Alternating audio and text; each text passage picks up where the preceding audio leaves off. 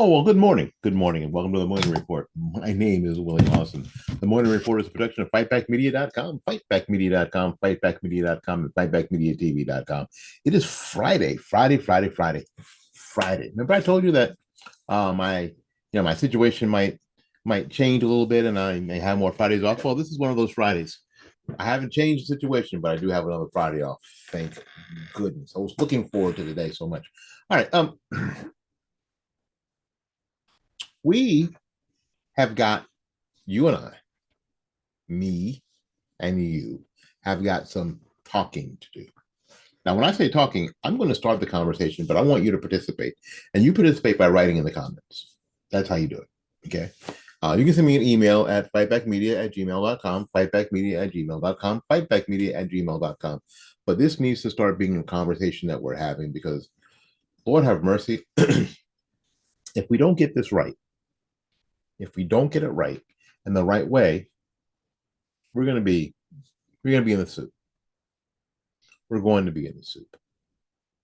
I know that a lot of my viewers are laser focused on the November election and November presidential election. I know you are. That's fine.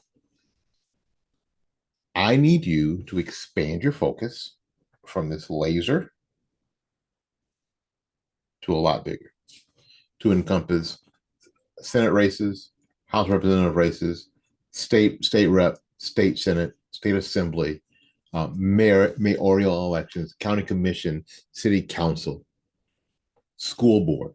I need to take the same energy and put it on all those things. Now I know it's going to be a lot more difficult to do that. I understand. Because the other ones will actually require something from you other than watching television. Did I just insult you? Did I just make you mad? Good. Are you pissed off? Good. But are you still here? Even better. You know, being laser focused, and I use that word in quotation, laser focused, will, on the presidential election, only requires you to watch TV. It only requires you to watch TV. It only requires you to listen or watch Glenn Beck. It only requires you to listen to or watch Sean Hannity. That's all it does.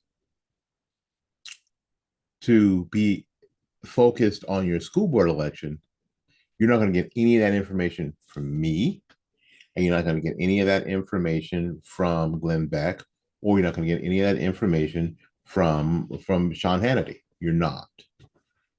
That's something that you are going to have to do on your own. You're going to have to do on your own. And if you've watched what's happening around, in the schools all over the country, do not think it's not happening in your school district just because you're not hearing about it. As a matter of fact, the fact that you're not hearing about it pretty much guarantees that it's going on. All the stuff, the transgendered bathrooms, the pride flags in the elementary classrooms, all that stuff is happening in your school district. Now, you may be in a school district that may be as big as this desk. And you think, there's no way it's happening here. It's almost happening in big cities. Nonsense. It's happening everywhere. All the teachers went to the same schools. All the principals went to the same schools. They all believe in the same stuff. It's happening. You might not have heard about a drag queen story time. I can almost guarantee it's happening or it's happened. School board where you live requires you to find out who's running for school board, requires you to find out how your school board operates. Are you a situation where you have an elected school superintendent, or is the superintendent appointed by the school board? Where I live, the superintendent is appointed by the school board. Is that good or bad? I don't know. Sometimes it's perfect, and sometimes it's horrendous.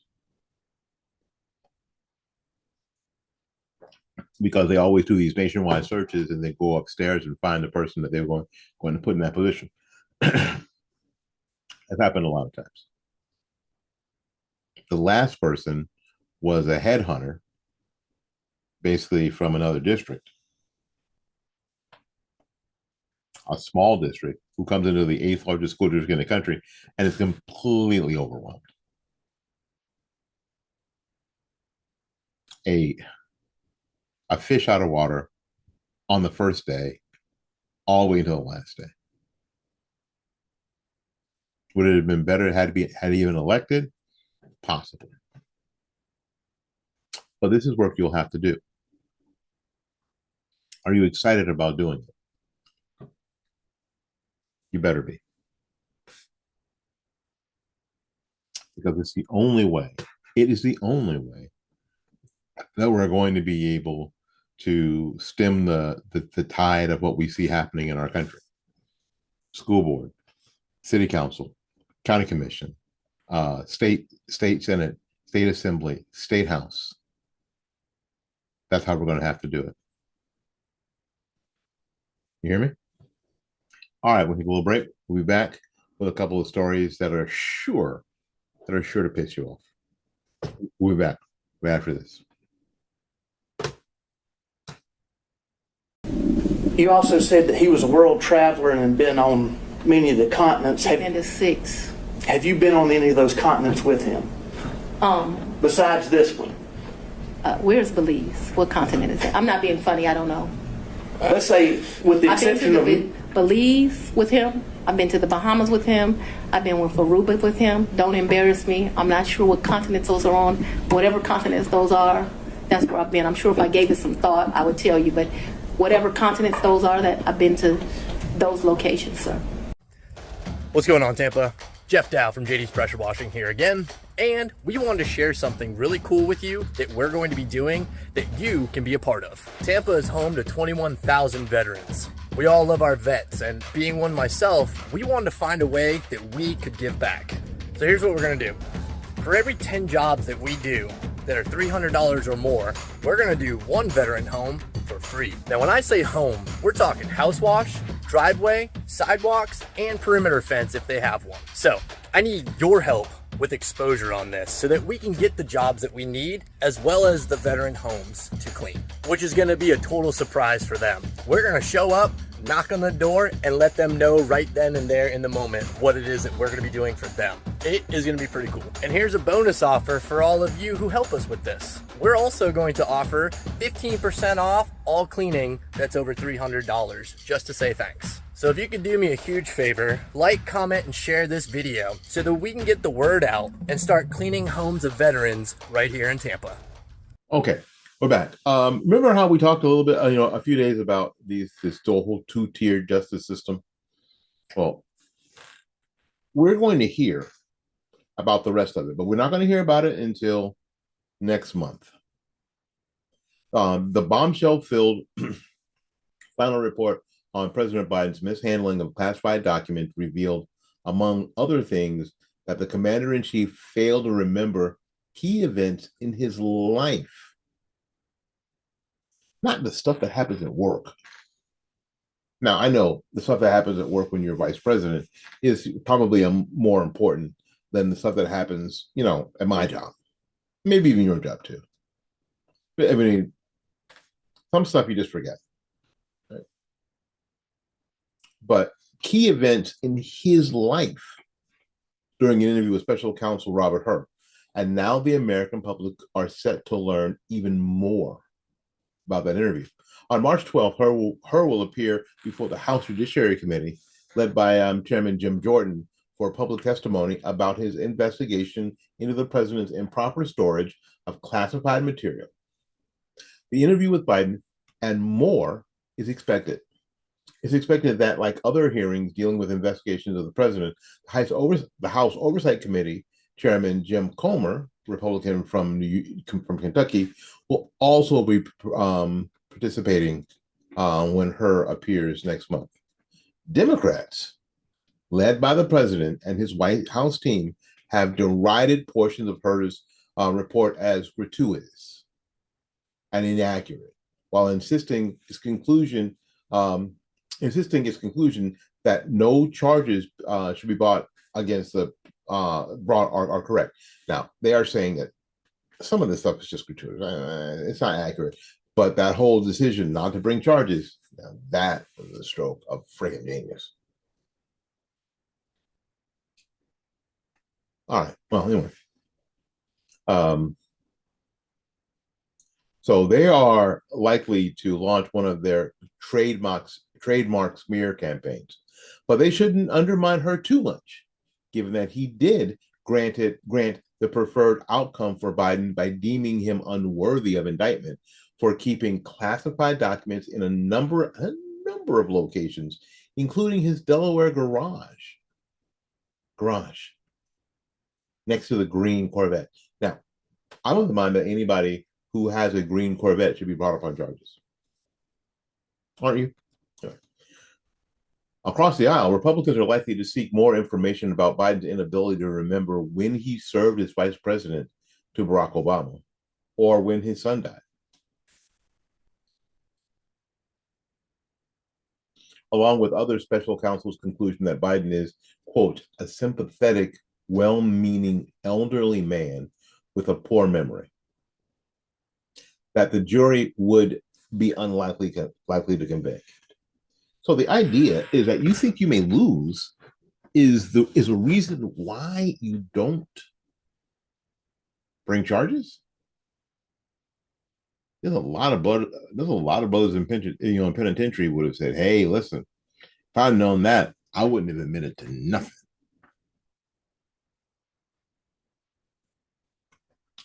Despite some Democrats suggesting that her appearance on Capitol Hill is a continuation of some sort of unwarranted attack on Biden, special counsels routinely testify before relevant committees after releasing their final reports. John Durham, who investigated the origins of the Russia collusion hoax, Robert Mueller, who led the probe of the alleged cooperation between Russia and Trump's 2016 campaign. Remember, Mueller was going to nail Trump's hide, right? And instead, Mueller said, "Oh, no, we ain't found nothing. Seems okay to me." Democrats were like spinning around in circles, biting their tails, fighting the wind. They didn't know what to do. They didn't know they didn't know whether to crap or go blind, right? But there you go. That's two examples of counsels that went to the Hill to answer questions after their investigations were over. Previously, Jordan Comer and Jason Smith, who chairs the House Ways and Means Committee, requested U.S. Attorney General Merrick Garland turn over the transcript from Biden's October interview with her. So far, that request has not been honored. The White House briefing since her final report was released last week. Biden's press secretary, KGP, and other West Wing aides have refused to call for or say that they want all or part of the transcripts from the president interviews with her released. They're not going to. But that hasn't stopped them from saying the report's characterization of Biden's mental state is incorrect, while insisting Biden did nothing wrong that rises to the level of necessitating prosecution. So they are indeed having it both ways. They're saying that President Biden is like right on top. He's right on point. He's sharp as a tack. But some of the reasons that her gave for not prosecuting, no, we're happy that he's not prosecuting, but those aren't valid reasons. Okay.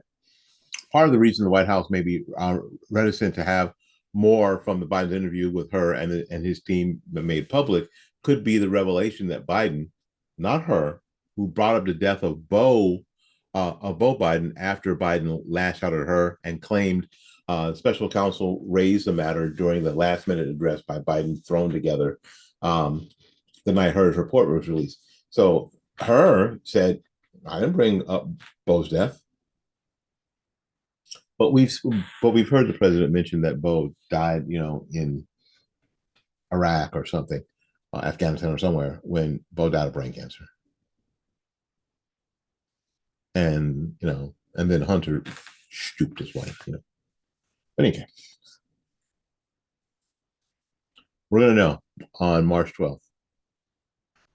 I want to now, if you're watching, Paul, I want to meet that evening and have Paul and I here to answer your questions. Maybe go live, answer your questions. How about it? Would you like that? I know I would. All right. Listen, this woman, I know what a terrible way to say it. That woman, Fanny, not Fanny Bryce. What the heck is her name? Fanny Willis. Fanny Willis is a hot mess. Not surprising because a lot of these people are hot mess. And Fanny Wilson is just one of them. She's not special. She gets elected because she's part of the Get Trump group, right? Get Trump, get Trump. And of course, there are a lot of people, Black people, white people, Hispanic people, Democrats, who are like, whatever you have to do. We will vote for you. We will give money to your campaign if you promise to get Trump, get that son of a. But when we start looking into, and this is funny to me because a lot of these people who get elected to these offices are just like I said, a hot mess, and have always been. And everybody in everybody in the hood already knows. There was a family here that had a county commissioner who took a bribe. And I think it was for like $5,000 or something like that. But it wasn't a ridiculously outrageous amount of money. Was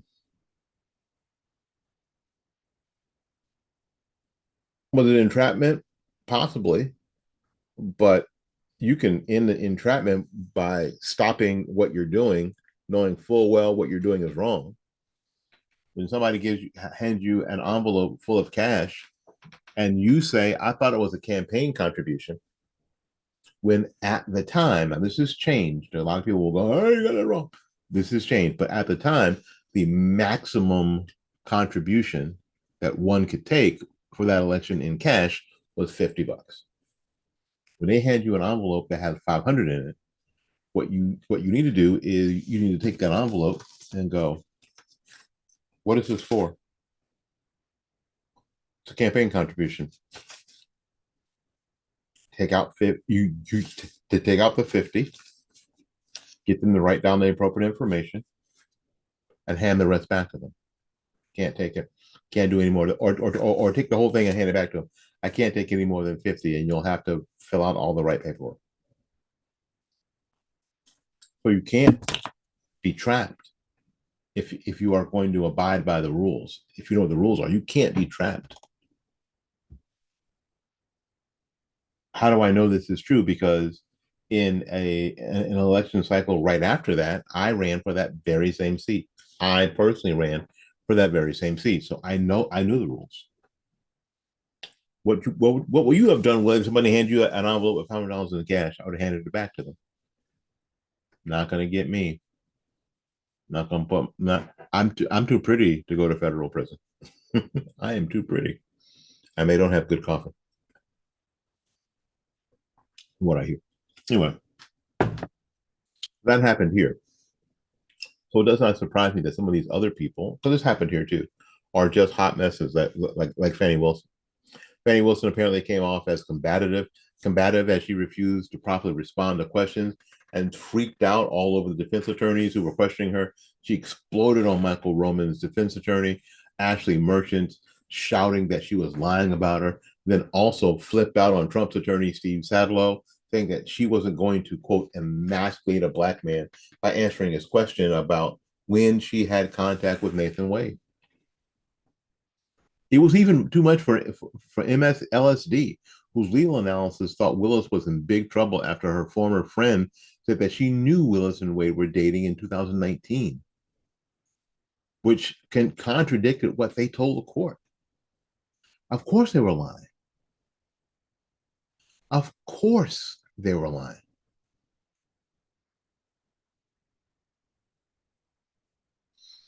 Fanny said, I took out a large amount of money on my first campaign. I kept some of the cash of that. She kept some of it.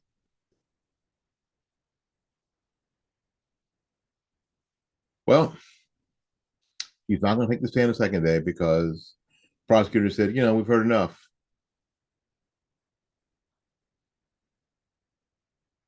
Hot mess.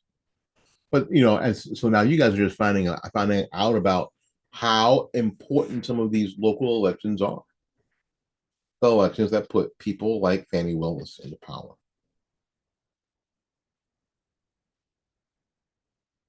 It rolls right back to what I said earlier in the program. So enlarge your focus and get more involved. You wonder, how do these people come to power?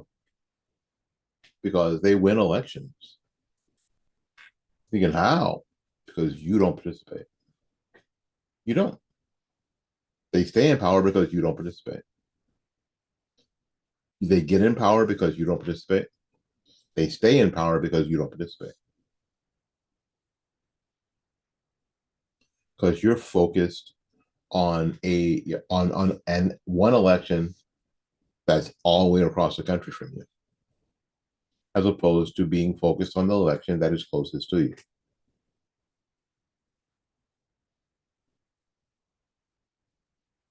I'm just telling you. I'm just telling you that I'm not, like I tell my saxophone students, I'm not wrong. I'm not wrong. I'm sad, but I'm not wrong. All right. We got to get out of here and make room for somebody else. So until we see you again, go out there and learn something, love somebody. And for goodness sake, y'all take care of yourself. We will see you when we see you. Bye bye now.